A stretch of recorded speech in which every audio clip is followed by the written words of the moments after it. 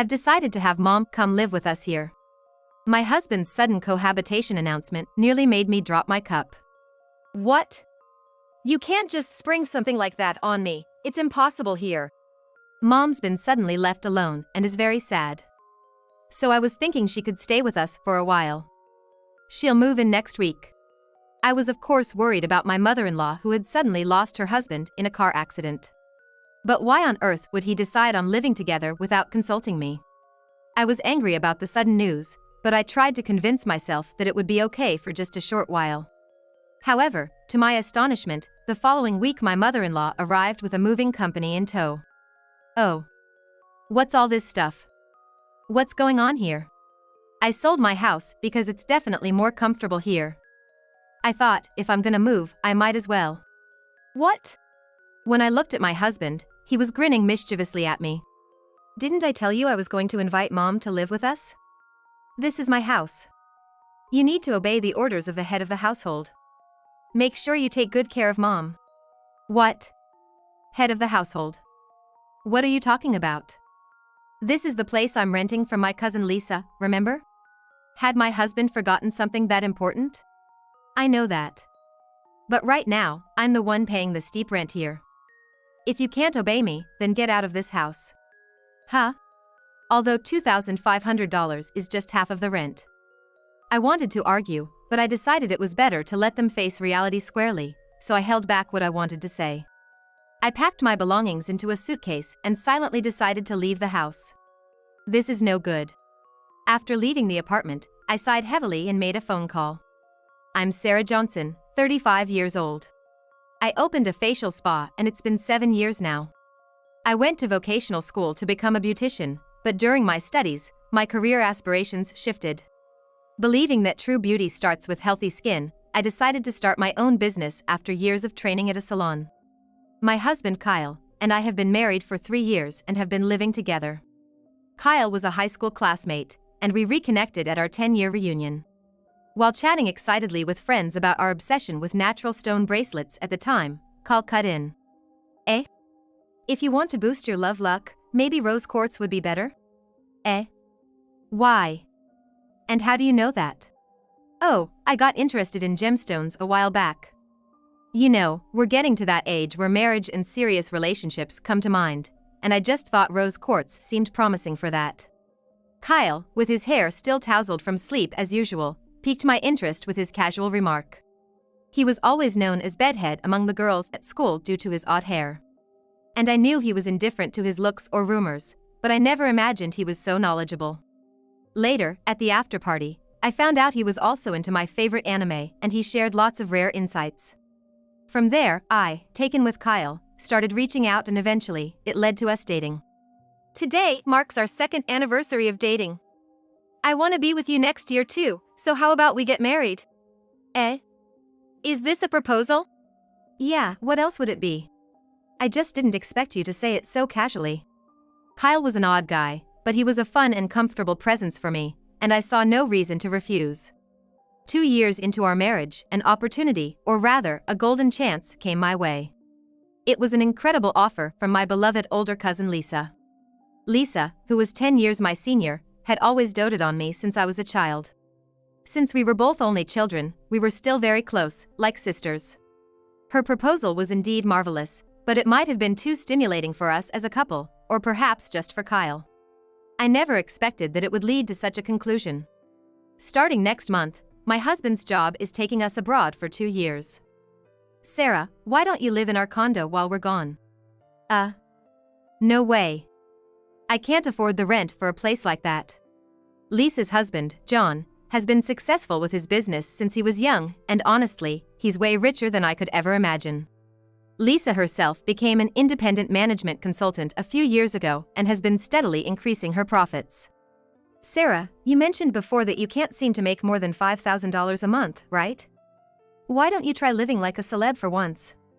If you start taking that kind of environment for granted, you might just solve all your current problems in one go. I see, so you're saying to change my perspective on money. That's right. Our rent is $30,000, but if you're gonna live there, I'll let you have it for $6,000. How about it?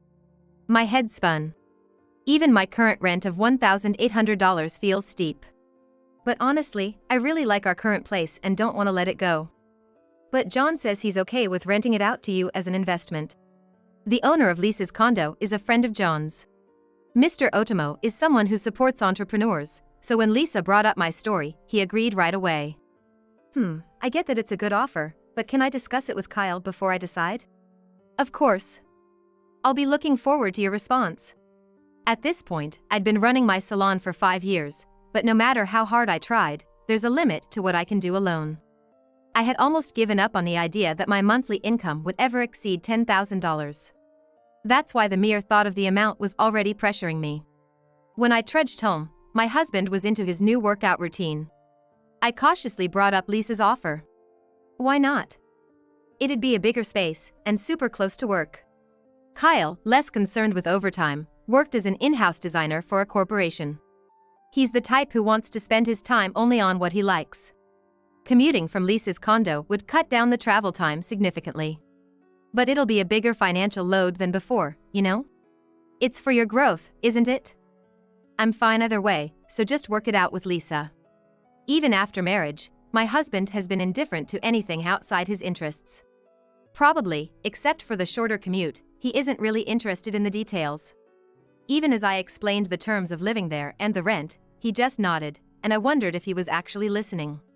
After much thought, I decided to take on the challenge and moved in, agreeing to pay half the rent, $15,000, while my husband would cover the other half, and I'd handle all our living expenses.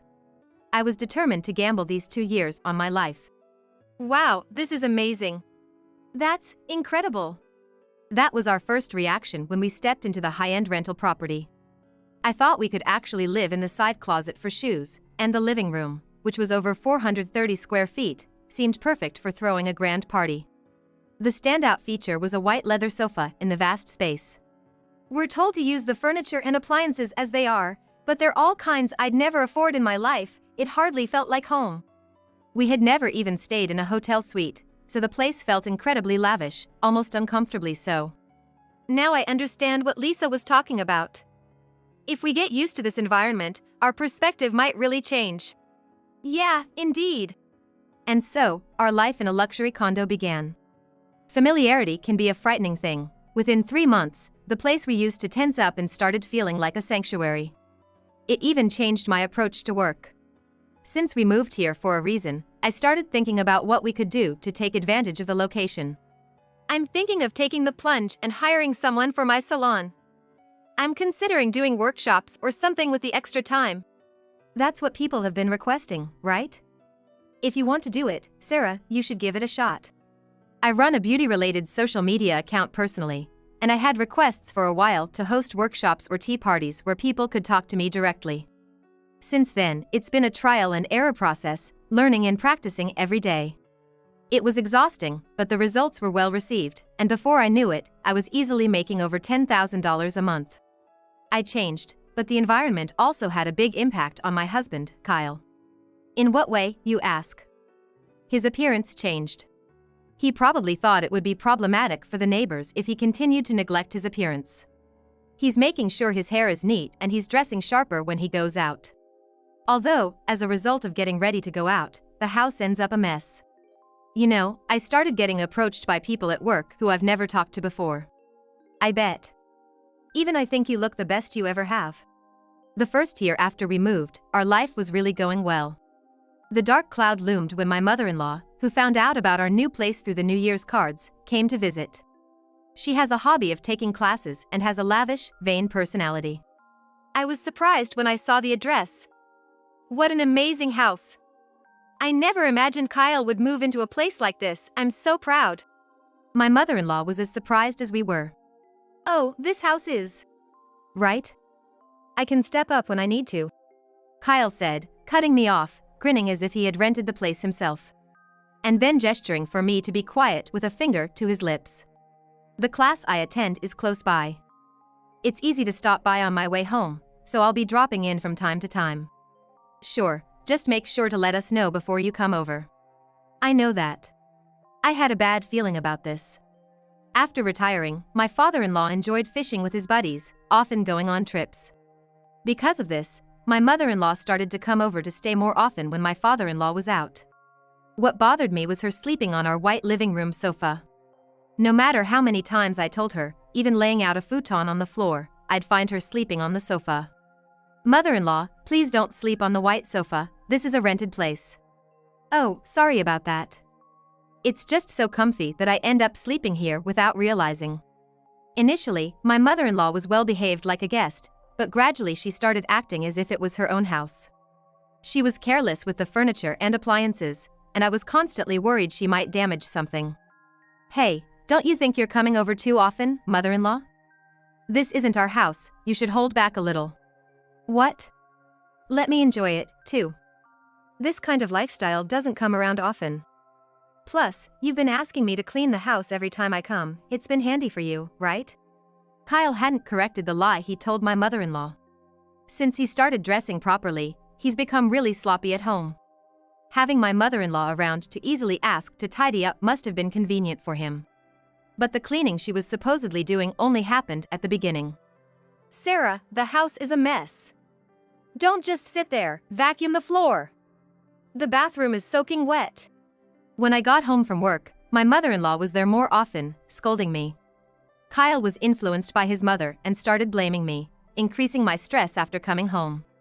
Yet, since my father-in-law was often away from their house, I felt somewhat relieved that the situation couldn't get much worse.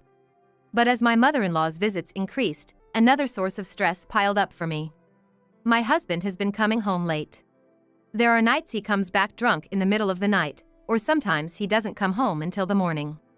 Occasionally, the smell of perfume lingers on him. When confronted, he says he's hooked on trying out new bars lately. Cut it out already. It's fine to go out for drinks, but coming home in the morning isn't normal. And how much are you spending on drinking anyway? I'm giving you enough for expenses, aren't I? How I use my money is my business. Just leave it be. I was shocked because he never used to talk like this. But there was something else I had to say. You've been wearing John's suits from the closet, haven't you? Do you think that's okay? What? You use Lisa's clothes and bags without asking, right? I was dumbfounded. Does he think it's okay to just use anything in the house as he pleases? I always get permission and take them to the cleaners afterward. Have you got permission from John? Well, you handle that part, make it sound good. John's suits are really cool. They fit me perfectly since we're about the same height, and I get a lot of compliments. I was furious. Of course, the suits of our landlord, who could afford such a nice house, would be stylish. If he ruined them, there's no way he could afford to replace them. Stop it. Stop it right now. Take care of what you've used and don't ever wear them again. Would you quit nagging? Seriously, you're so annoying. I'm in my prime for attracting attention. If you keep this up, I'm out of here. Divorce, I mean it. I felt as if a century-long love had gone cold. The man in front of me was no longer the husband I knew. But then, an unexpected event happened. My father-in-law had an accident while out fishing and passed away. Caught up with funeral arrangements, I had forgotten about these problems, but after the 49-day mourning period settled, my husband dropped a bombshell. I've decided to have Mom move in with us. I almost dropped my cup when my husband suddenly declared they would live with us. What? You can't just spring that on me, it's not possible here. Mom's really sad being all alone suddenly. So, I thought we'd live together for a while. But how can he decide that on his own? She'll move in next week. Next week. Why didn't you discuss this with me sooner? Sorry. But I thought you'd understand, Sarah. Gosh. I was upset by the sudden news, but if it's just for a short while, maybe it's bearable. I was worried about my mother-in-law who had just lost her husband. But the way my husband had decided on their living together without consulting me, I felt betrayed. The following week, to my surprise, my mother-in-law arrived with movers. What's all this about? This place is much more comfortable than my old house. I thought, why not, and sold the house to move here. What? Looking at my husband, he was grinning at me. I told you we were gonna have Mom move in, right? But I said it wasn't possible here. And you said it was only for a while. This house is big enough, one more person won't hurt. He had planned to live with his mother here all along. I didn't know what he had told his mother, but selling her own house to move in. I had a headache, and then my husband said something even more absurd. This is my house. You'll follow the head of the household's orders and take care of Mom. What? Head of the household? What are you talking about? This house is borrowed from Lisa, remember? Had he forgotten such an important detail? I know. But right now, who's paying the steep rent? Me, right? What? My husband has always been indifferent to money and possessions. But I never imagined he'd be so careless to barely remember details about this house. When he was single, Kyle lived in a cheap apartment that cost just $500 a month. So, I can understand why he'd think $3,000 a month for rent seems outrageously expensive. But did he seriously believe someone would rent us this property for such a price? If you can't listen to your husband, then pack up and leave. You've become so annoying with all your nagging lately. That's right. Thanks to Kyle, we're living this good life, and here you are complaining like an ungrateful spouse. I felt like I finally understood my husband's scheme. Ever since we moved into this house and started getting attention from everyone around us, he probably found my reminders about his spending habits and coming home late annoying. He's trying to kick me out without even realizing his massive misunderstanding. Fine, I'll leave. But are you sure that's what you want? Yeah, I'm done with you. I'm gonna live here with Mom. With Dad's inheritance and the money from selling the family home, we'll be just fine. I'll send the divorce papers to the salon later. So that's why he called his mother. I could have argued here, but I decided to let them face reality on their own, biting back my retort. I packed my things into a suitcase and silently left the house. This is a mess. Once outside the apartment, I sighed deeply and called Lisa overseas. What?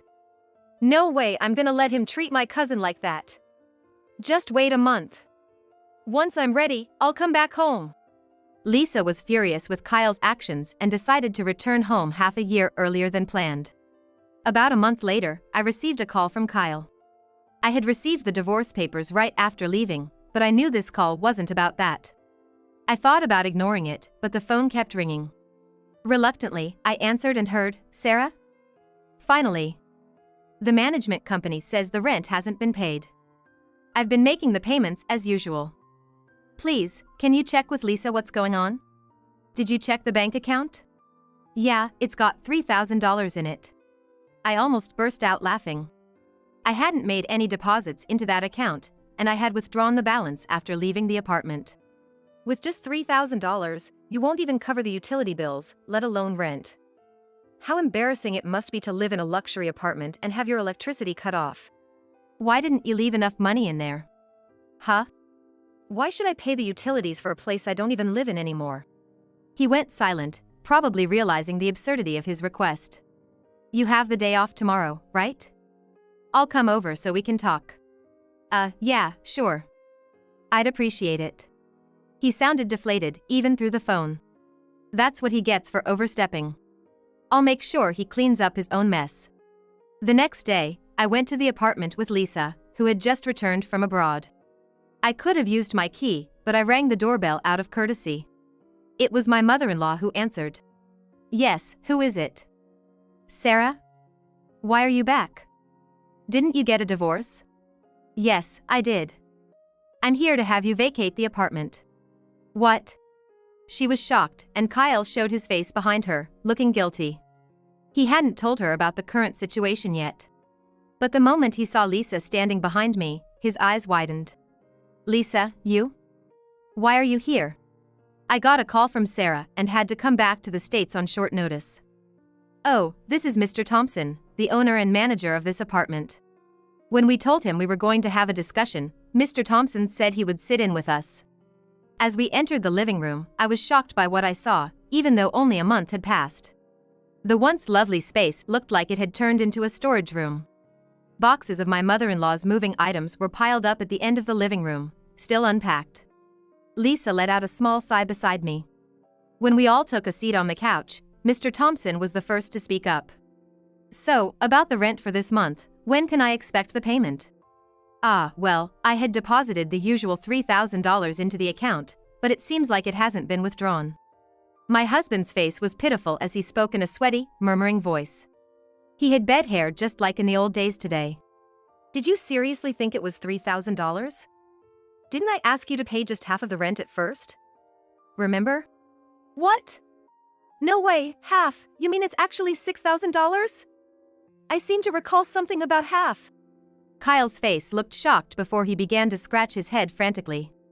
I couldn't help but be a little impressed at his lack of memory regarding things he wasn't interested in.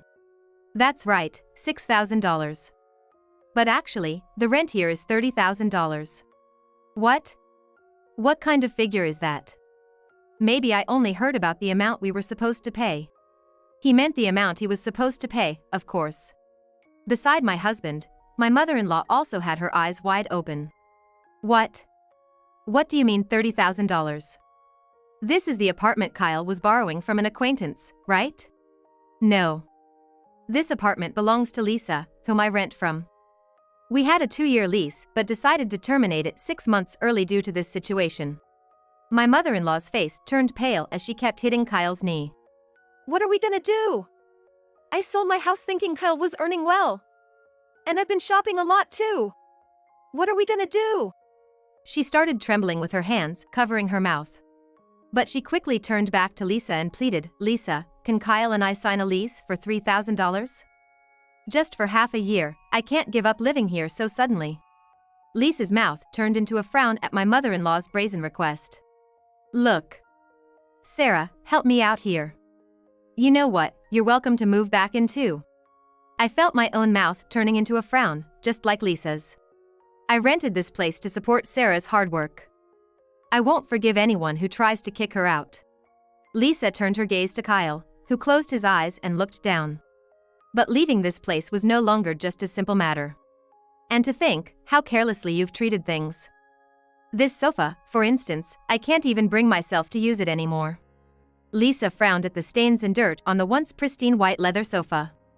I was planning to have you purchase the heavily worn items after 2 years, so I'll be doing a check now. What? Wait a minute. I wasn't informed about this. Kyle looked up, his voice sounding utterly ridiculous. You'd normally restore a rental to its original state before returning it.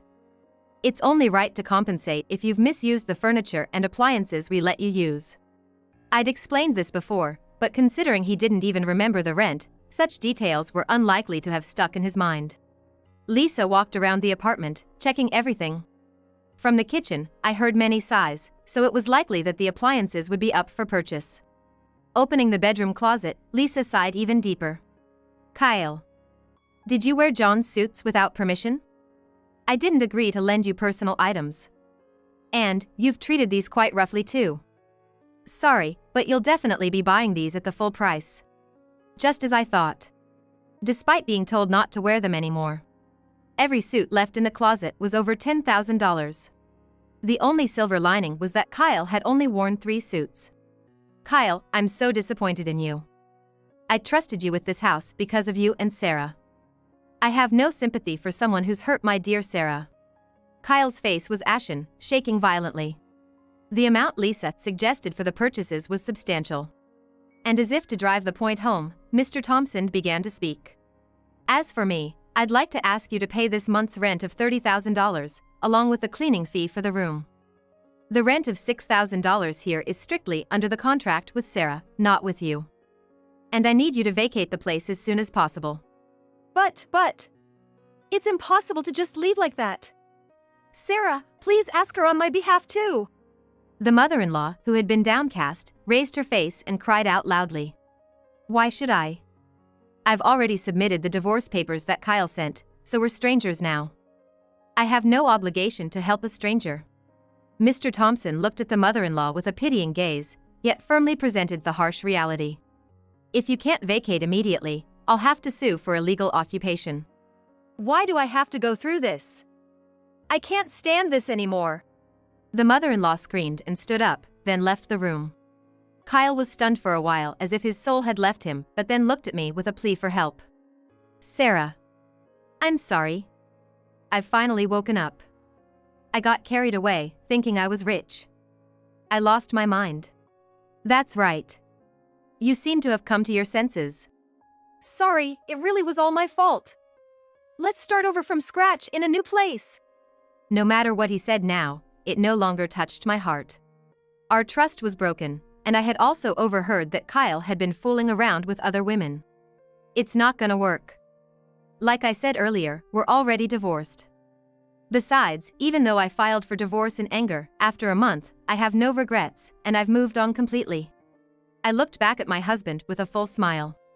Seeing my face, he seemed to give up and asked in a quiet voice. You've been covering everything but half the rent, haven't you? By the way, how much are you earning now? I realized we hadn't talked about work in a long time. I've just started making over $16,000 a month. Looks like I might reach $20,000 by the end of the year. No way. Why didn't you tell me? Please, give us another chance. Kyle slid off the sofa and started crying, collapsing onto the floor. His hair still tousled from sleep. I wished he would remain that bed-headed boy no matter how much our standard of living had risen. Thinking this made me feel a bit sad, despite having thought I was over it. Soon after, perhaps scared by the mention of illegal occupation, they rented a monthly apartment and left. It seems they managed to pay off their debts with the inheritance from Kyle's father and by selling their family home, but their finances must be pretty tight now. Well, it's not that Kyle isn't earning badly, and if he lives within his means, he should be able to manage. After the divorce, Kyle contacted me just once to apologize. I have no intention of getting back together, but I genuinely wish him the best. He lamented then that it's hard to lower your standard of living once it's gone up, referring to living with his mother. Thinking about his mother, who enjoyed her hobbies and luxuries, I'm filled with worries about their future. I didn't ask for alimony from Kyle. Some may think it's too lenient, but I believe I was the one who changed the carefree man with the bed head. Being in that environment allowed me to adapt to a mindset that this lifestyle was the norm and helped me earn as much. Thanks to that, my endeavors are reaching new heights. But Kyle and his mother just used that environment to raise their standard of living, without realizing their delusion. Now, I live alone in a $3,600 rental. Though I'm not up to Lisa's level yet, I feel I've come a long way from the time when an $1,800 rent was a struggle. I believe in myself and want to continue making my dreams come true.